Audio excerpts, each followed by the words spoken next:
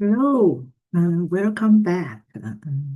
So this is a second video for chapter 14. So it's about generics.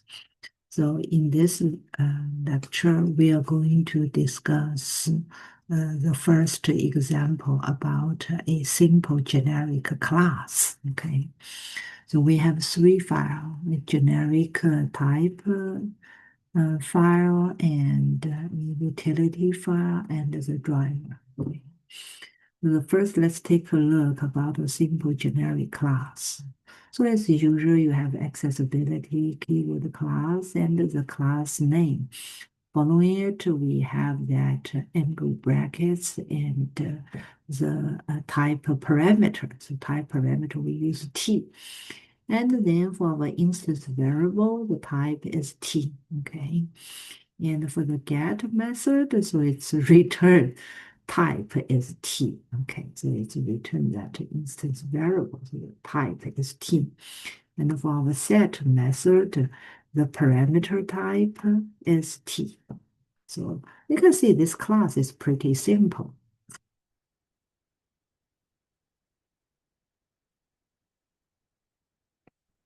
And then let's take a look the second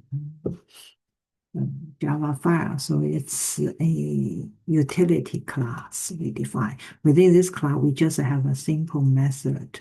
We call it a compare. The return type is Boolean, okay?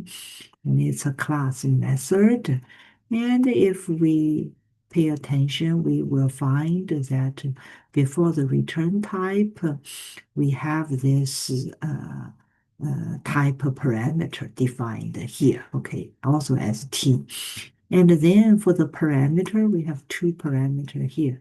And the two parameter type are the generic type that we defined um, in the previous file. Okay, so it's a generic type.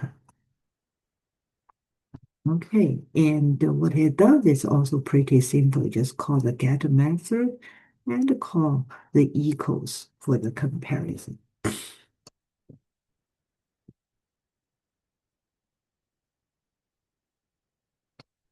And then let's take a look at the driver part. Okay.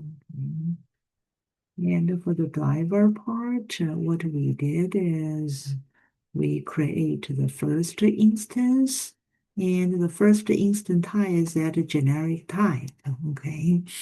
But the um, type argument for that generic type is a string. And then you just call its constructor, is it? But because this class is a generic class, and then we plug in with string type, and over here we can just leave it empty because it referred to that it's going to be string. Now after that, you can call the set, and the type is T. Basically, it's a string, and this is a string, so that works. And if you want to call like G1.set100, then this won't compile because it doesn't, the type doesn't match. The type must match here, okay? Because the argument type is string, then for the G1, you can only use the string type. And then let's take a look. The remaining part.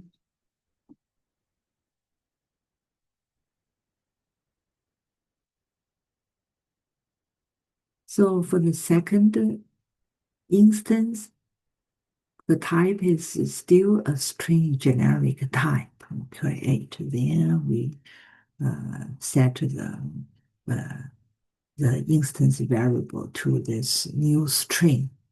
What next we do L1, I1, and I2, and both of these two are generic type, integer generic type. An integer generic type. You cannot plug in int, so that's wrong, okay, because it will not allow primitive type. Okay, so that's why in Java we needed those wrapper class for primitive type. Okay, because when we want to use generic class, generic interface, or generic method, we cannot use primitive type. We got to use concrete class type. So that's why here we provide, in Java, it also provides a wrapper class. Okay, and then you can plug in the respective values. Okay, so over here we have four instances. Two of them are the string generic type. Two of them are integer generic type. And then what next? Let's take a look.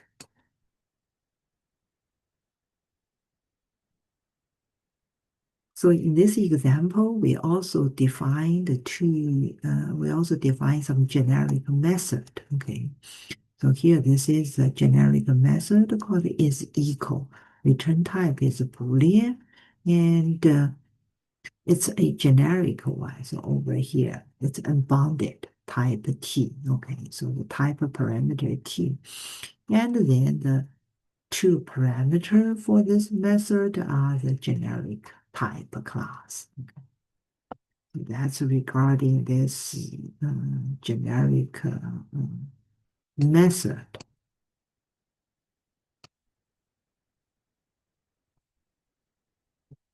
And if you recall, how do we invoke a generic method?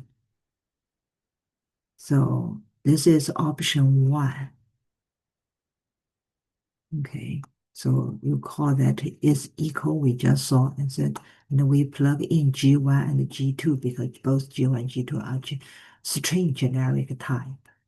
Okay, and so over here it matches. So the type argument is a string.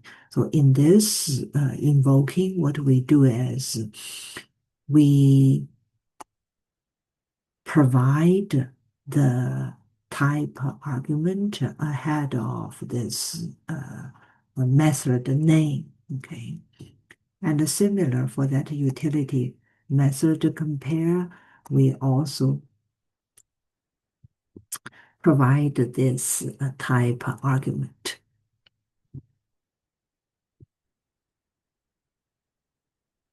So this is option 1. For option 2,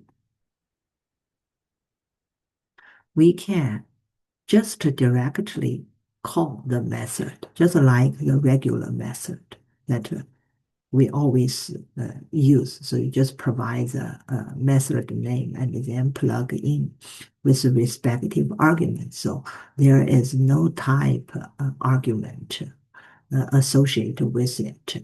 So what the compiler will do is compiler will base on the plug-in parameter type and then determine what that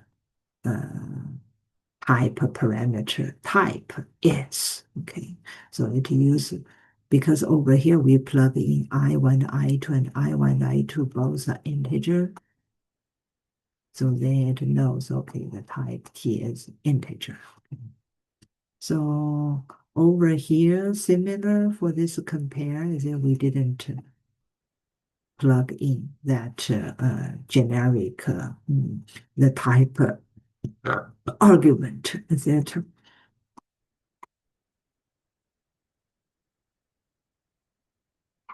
So we didn't plug in that. So compiler will figure out based on the plugged in parameter type.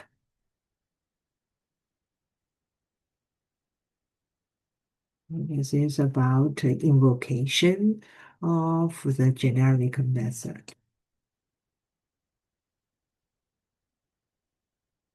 Okay, and the remaining is about the knowledge exchange. Okay, so that's for this example, and we are going to discuss the next example in our next class, next lecture. See you.